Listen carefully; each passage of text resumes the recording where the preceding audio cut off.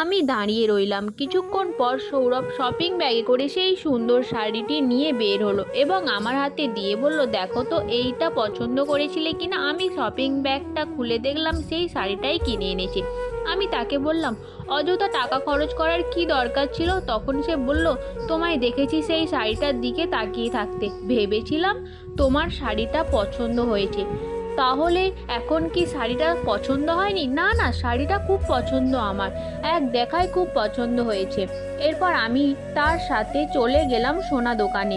অনেকগুলি আংটি দেখানো হলো।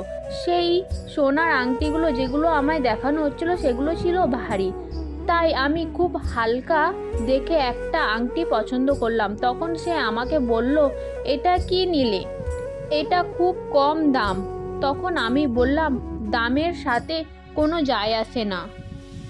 তখন সে আর কোনো কথা না বলে সেই আংটিটি কিনে ফেললো। এরপর সে আমায় বলল যে সে আমায় ডায়মন্ডের আংটি কিনে দিতে চায়। আমি বললাম, আমি যেটা কিনেছি সেটাই অনেক সুন্দর, আমার আর কিছু লাগবে না।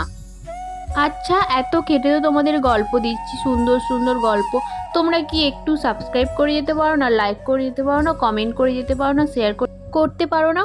তোমরা এগুলো করলে আমার গল্প দেওয়ার উৎসুক আরও বেশি বাড়বে। তাড়াতাড়ি কমেন্ট করো।